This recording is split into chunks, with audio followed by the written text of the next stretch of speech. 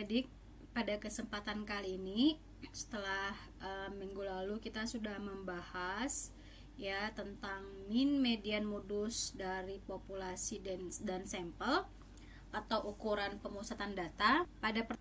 Pada pertemuan kali ini kita akan coba membahas mengenai ukuran penyebaran suatu set data.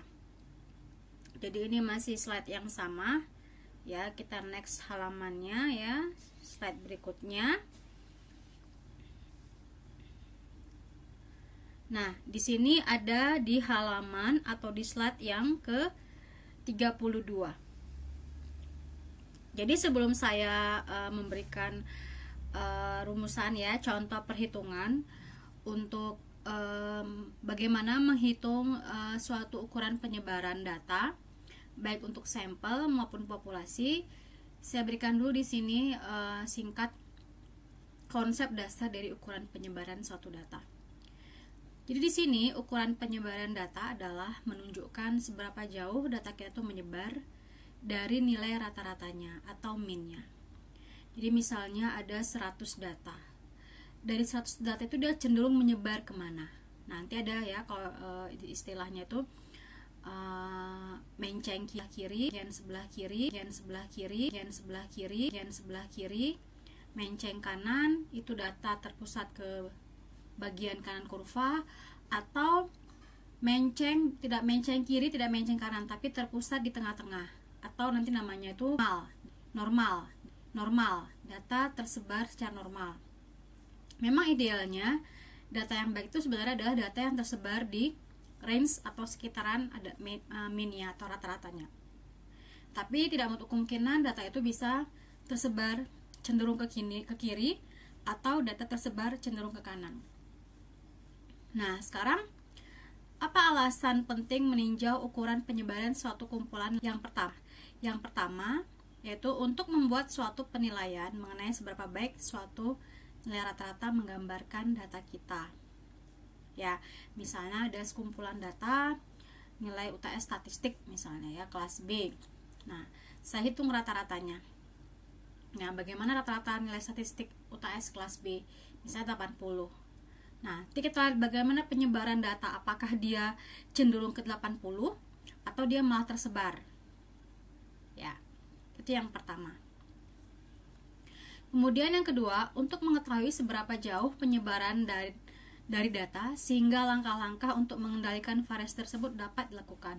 Jadi nanti di sini ada namanya istilahnya transformasi data atau transformasi variabel. Jadi nanti kita lihat bisa menggunakan dua cara ya. Jadi cara yang konvensional menggunakan rumusan ya, rumusan konsep gitu ya, atau yang kedua langsung menggunakan tabel. Nah, nanti kita belajar ini setelah selesai membahas tentang ukuran pemusatan dan penyebaran data. Nah, di sini ukuran penyebaran data dibagi dua. Yang pertama adalah deviasi standar atau standar deviasi, bolak-balik ya, atau simpangan baku. Nah, yang kedua adalah variance ya, atau variansi. Nah, di sini sama dibagi dua ya. Deviasi standar untuk data tidak terkelompok dan deviasi standar untuk data terkelompok.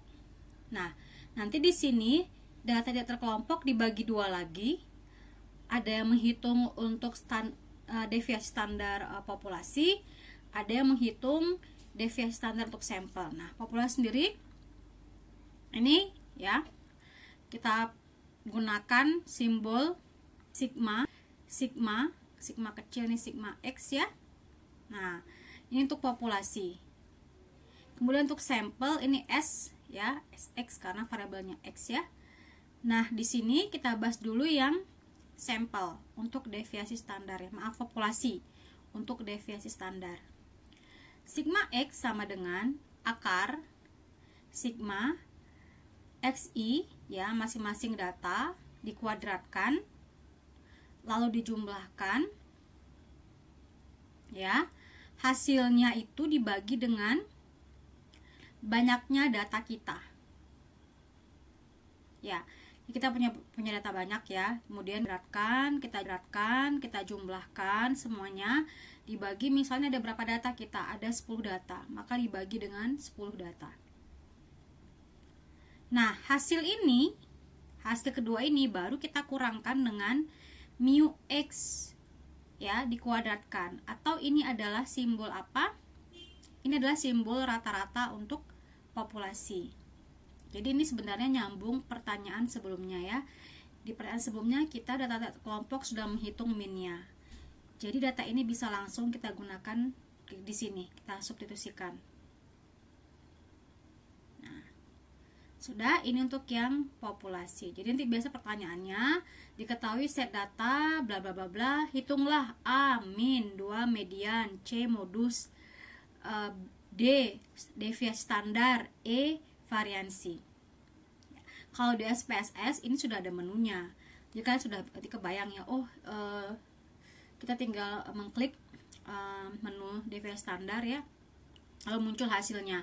Nah, kan udah tahu kebayang, udah diajar sama Bun yang seperti itu kerja si software itu ya, ternyata menggunakan rumusan ini.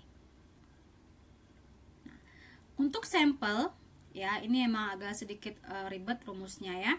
Jadi sampel, deviasi standar sampel sama dengan akar ya, n itu adalah banyaknya data sampel ya, dikalikan dengan sama data ke i kuadrat ya, sampai data ke n dijumlahkan semua, lalu dikurangkan dengan masing-masing data dijumlahkan dari data ke i ke n. Hasil penjumlahan ini semua dikuadratkan, lalu dibagi dengan banyaknya data sampel, yaitu n dikalikan dengan n-1. Nah, lihat ini, hati-hati ya, ini dua simbol yang berbeda.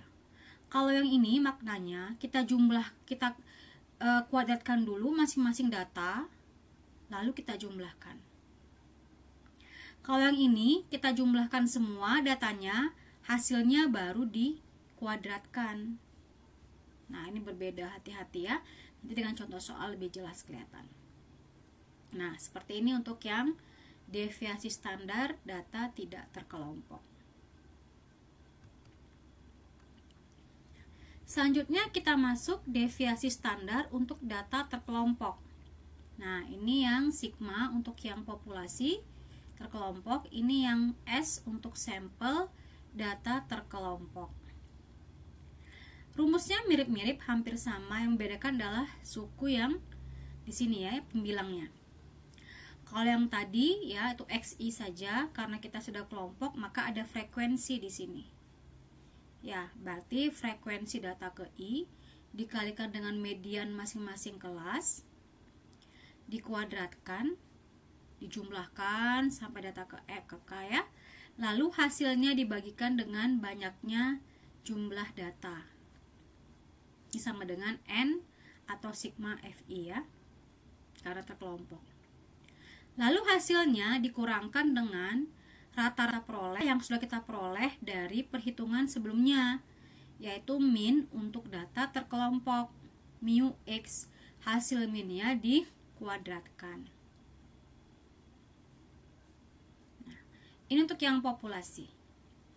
Selanjutnya yang sampel ya, sama dengan yang tidak terkelompok, hanya di sini muncul frekuensi, ya. Jadi di sini ya sama, mirip-mirip ya, dibagikan n-1 ya. Hanya di sini muncul FI dikalikan median ya dari masing-masing kelas ya. Ini FI dikalikan dengan masing-masing median dikuadratkan. Jadi ini dua yang berbeda ya, hati-hati deh dengan simbol kuadrat ini ya, jangan sampai kejebak ya. Dengan contoh soal lebih bisa menjawab ya, dibandingkan hanya kita membaca rumus saja. Nah, itu untuk deviasi standar baik data terkelompok maupun data tidak terkelompok. Ini adalah keterangannya ya, bisa dibaca. Nah, yang terakhir adalah variansi atau varians. Variansi adalah atau varians merupakan kuadrat dari deviasi standar. Untuk sampel dinyatakan, nah seperti ini dia variansnya. Sama ya, berarti ini kan tadi simbol deviasi standar tapi dikuadratkan. Untuk populasi ya, itu sama, ini sigma dikuadratkan. Jadi sebenarnya simple sekali, baik variansi ini ada rumusan tersendiri ya, tapi sebenarnya kita kalau sudah mendapatkan deviasi standar, maka untuk mendapatkan variansinya kita cukup mengkuadratkan nilai dari deviasi standar. Karena di sini kan adalah merupakan kuadrat dari deviasi standar. Misalnya contoh, diperoleh deviasi standar untuk populasi adalah 20. Maka variansinya berapa? 20 kuadrat. Ya, untuk yang sampel juga sama. Misalnya diperoleh deviasi standarnya adalah misalnya 10. Maka variansinya adalah 100. Maaf tadi 20 ya, 20 maka dikeluarkan jadi 400 ya. Untuk populasi, sedangkan di sini variansi misalnya untuk sampel itu standar deviasinya 10, maka dikuadratkan jadi 100. Nah, jadi untuk memudahkan seperti itu, kita nggak usah menghitung lagi menggunakan rumusan ya untuk variansi. Nah, demikian penjelasan dari ukuran penyebaran data. Ya.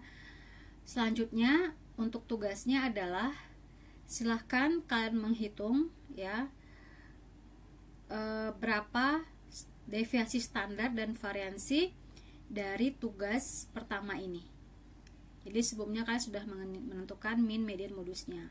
Lalu berikutnya ini kalian tentukan lagi berapa deviasi standar dan berapa